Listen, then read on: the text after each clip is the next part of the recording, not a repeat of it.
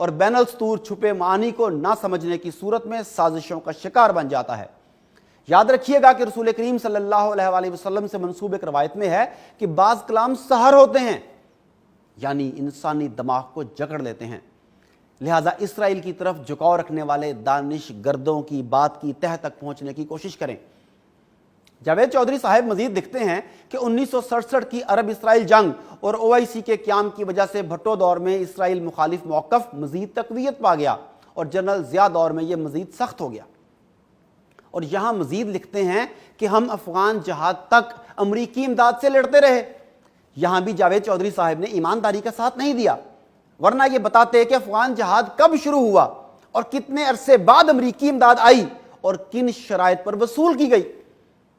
جاوید چودھری صاحب کو یہاں وہ جنگی اصول بھی بیان کرنا چاہیے تھا جس کے مطابق دشمن کا دشمن دوست ہوتا ہے، مگر اگر یہ سب کچھ بتا دیا جاتا تو اصل مقصد کیسے حاصل ہوتا؟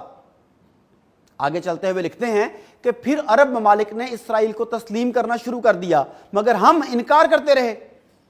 جاوید چودھری صاحب کے بقول ہم نے اسے دو ملکوں کی بجائے اسلام اور کفر کا تنازع بنا دیا، یعنی جاوید چودھری صاحب نے بڑے غیر محسوس انداز میں اسے دو ملکوں کا معاملہ کہہ دیا اور ہمیں اس سے دور رہنے کا مشورہ بھی دے دیا۔ حالانکہ آغاز اسلام ہی سے بیت المقدس کی مسلمانوں کے لیے اہمیت مسلم رہی ہے اور امت کبھی جغرافیائی حدود میں قید نہیں ہوئی جسے اب قید کرنے کی کوشش ہو رہی ہے۔ ناظرین، اپنی بات کی سند فراہم کرنے کے لیے موصوف کالم نگار طنزیہ انداز میں کہتے ہیں کہ اگر یہ واقعی کفر اور اسلام کا ایشو ہے تو کیا پھر ہم مصر، اردن اور ترکی سے زیادہ بڑے مسلمان ہیں؟ اور مزید انکشاف کرتے ہیں کہ یہ ممالک ہم سے زیادہ مسلمان ہیں۔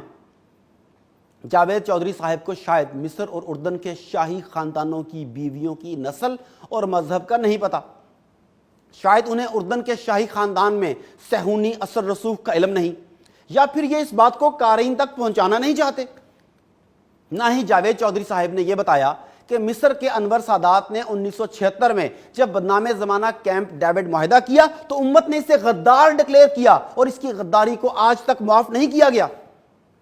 اس کے بعد جناب نے ترکی کی مثال تو دے دی، مگر یہ بتانا پھر بھول گئے کہ جس حکومت نے اسرائیل کو تسلیم کیا تھا وہ اسلامی حکومت نہیں بلکہ مصطفیٰ کمال پاشا کی اسلام دشمن سیکولر حکومت تھی۔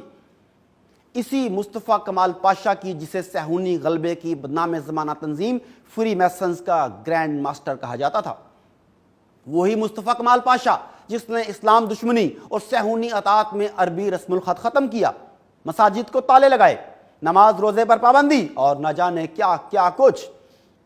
اور ان ممالک کو جاوید چودھری صاحب مثال بناتے ہوئے اعلیٰ و برتر مسلمان قرار دیتے ہوئے ہمیں بھی اسرائیل پر اپنے موقف کو ریپوزیشن کرنے، یعنی اسرائیل کے آگے سر تسلیم خم کرنے کا مشورہ دے رہے ہیں۔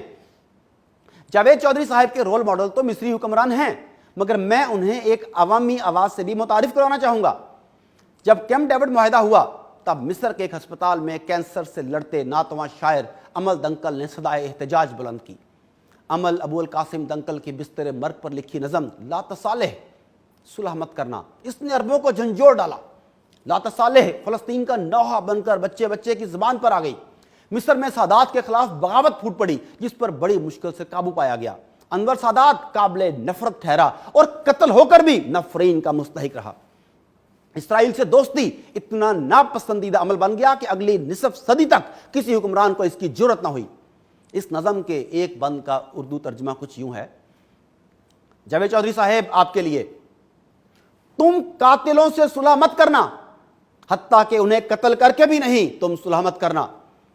اگر وہ تمہیں سر